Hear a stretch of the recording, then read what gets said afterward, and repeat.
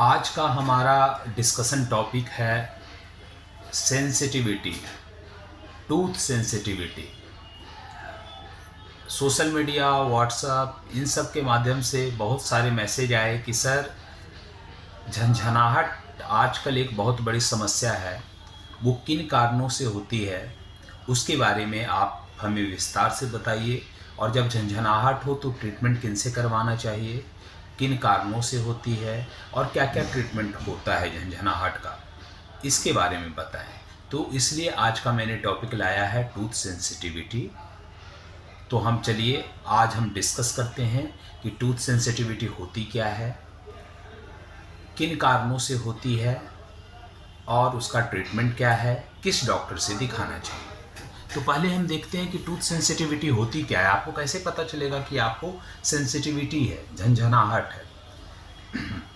जब आप ठंडा या गर्म खाते हैं या पीते हैं तो ठंडा या गर्म खाने या पीने के बाद आपके दांतों में झंझनाहट होती है, सेंसेशन फील होगा, वो डिस्कम्फर्ट फील होगा। तो उसे हम सेंसिटिविटी कहते हैं, झंझनाहट कहते हैं लेमैन टर्म में।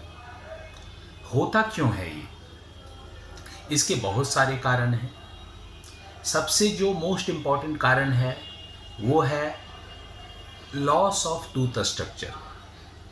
अगर आपका टूथ स्ट्रक्चर का लॉस हो जाए, जो भी कारण हो उसकी वजह से, तो आपको दांतों में झंझनाहट हो सकती है, या फिर आपके मसूड़े में प्रॉब्लम हो तब उसकी वजह से झंझनाहट हो सकती है। तो लॉस ऑफ टूथ स्ट्रक्चर क्या होता है, तो चलिए हम एक एक करके डिस्कस करते हैं। पहले हम आते हैं आपका कि जिंजाइवल रिसेशन। जिंजाइवल रिसेशन क्या होता है? देखिए, जिंजाइवल रिसेशन एक नॉर्मल, एक फिक्स लेवल होता है। जो आपका मसूड़ा होता है वो एक फिक्स लेवल पे होना चाहिए। जब मसूड़ा उस लेवल पे ना रह के उससे नीचे आ जाता है तो उसे हम रिसेशन कहते हैं, नीचे आ जाना।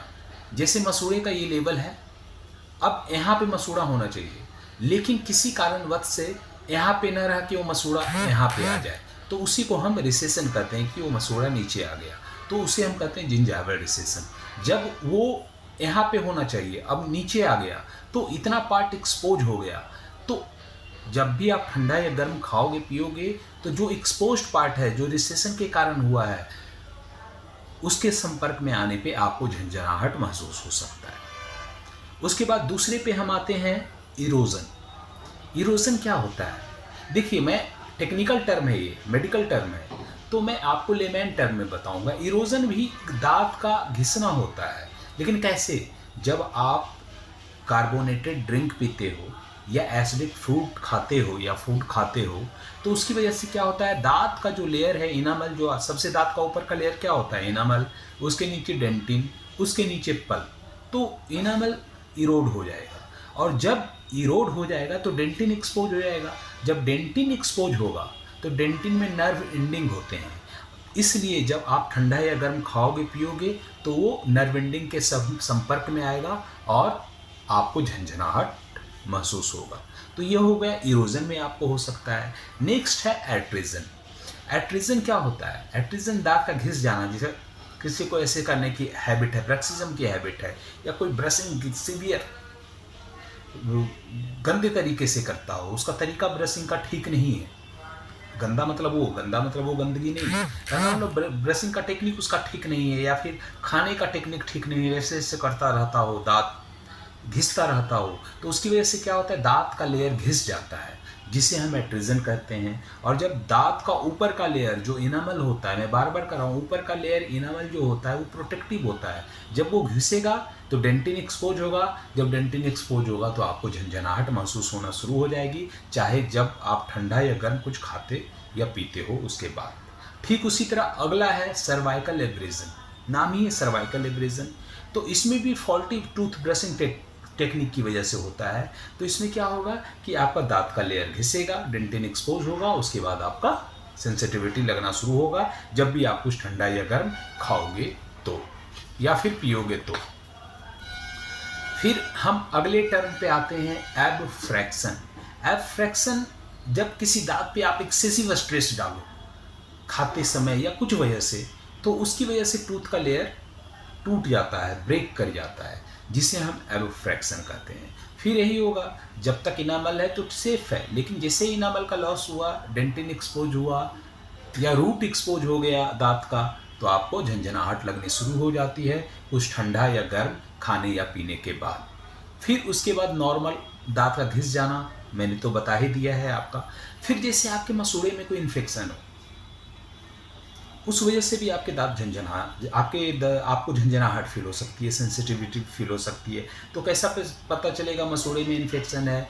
तो आपका मसूड़ा का कलर रेड कलर का दिखता है, या मसूड़ा सूज जाता है, सूजन जैसा दिखता है, ब्लीडिंग दिखती है। ये सारी चीज़ हैं जो आपको ध्यान रखने, या आपके दांत हिलते हैं, तो ये सारी चीज़ हैं जो दिखाते हैं कि आपके मसूड़े में प्रॉब्लम है, इन्फेक्शन है, उसकी वजह से आपको झंझनाहट हो सकती है।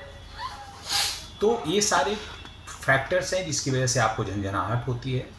अब हम आते हैं कि जब आपके दांतों में झंझनाहट हो तब क्या करना चाहिए, तब आपको किस डॉक्टर से मिलना चाहिए। जब आपके दांतों में झंझनाहट हो तब आपको पेरियोडोंटिस्ट से मिलना चाहिए, जो इसके स्पेशलाइज्ड होते हैं। और ट्रीटमेंट पैटर्न क्या होगा, ट्रीटमेंट ऑप्शन क्या होगा इसमें? देखिए, अगर मसूड़े की गंदगी की वजह से आपको झंझनाहट हो, अगर मसूड़े की गंदगी की वजह से आपको झंझनाहट हो, तब आपको मसूड़े की सफाई करवानी पड़ेगी, जिसके लिए आप टेक्निकल टर्म यूज़ कर सकते हो, डेंटल स्केलिंग या रूट प्लानिंग। ये सब सफाई के टेक्निक हैं, या फिर क्यूरेटाज या फिर फ्लैप सर्जरी। ये सारे टर्म हैं जो यूज करते हैं डॉक्टर। ये सारे प्रोसेस हैं जिसके थ्रू आपके मसूड़े की सफाई होती है।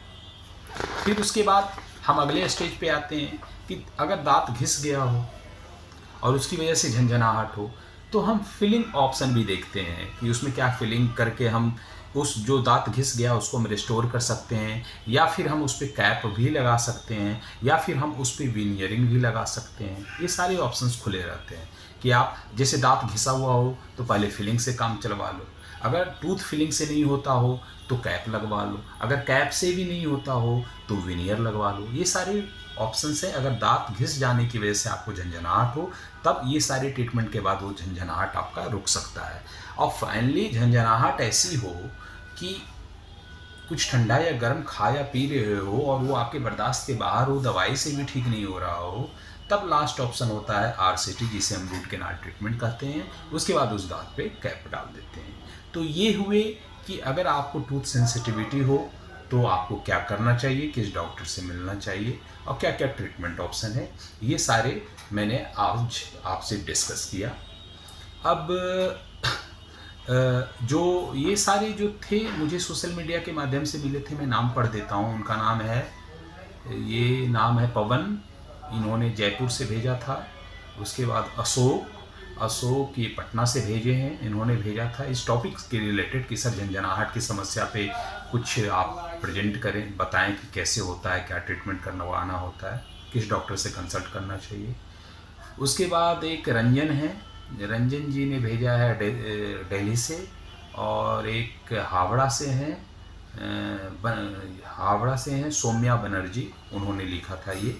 तो कुछ जो सोशल मीडिया से क्वेश्चंस आते हैं उसको लेके मैं आपसे डिस्कस करता रहता हूँ। तो आज का हमारा टॉपिक का ये डिस्कशन मैंने किया। अगर इसमें भी कोई डाउट हो तो आप मुझे सोशल मीडिया के माध्यम से अपनी जो क्वेश्चन है वो कमेंट बॉक्स में बता सकते हैं, या सोशल मीडिया के माध्यम से आप डायरेक्ट क्वेश्चन भेज सकते हैं, और मैं कोशिश करूँगा कि जितना हो सके मैं आपके डाउट को क्लियर करूँ, ताकि आप अपने मुंह के स्वास्थ्य को अच्छा रख पाएँ, और जो भी मुंह से संबंधित बीमारी है उसका इलाज आपका अच्छा हो। तो आज के लिए इतना ही। फिर मैं अगले वीडियो में अगले नए टॉपिक लेकर जो भी आपका नया प्रश्न होगा उससे रिलेटेड कुछ मैं प्रेजेंट करने की कोशिश करूंगा, ताकि जो भी आपका डाउट हो वो क्लियर हो सके। तब तक के लिए टेक केयर, अपने स्वास्थ्य का ध्यान रखें। धन्यवाद।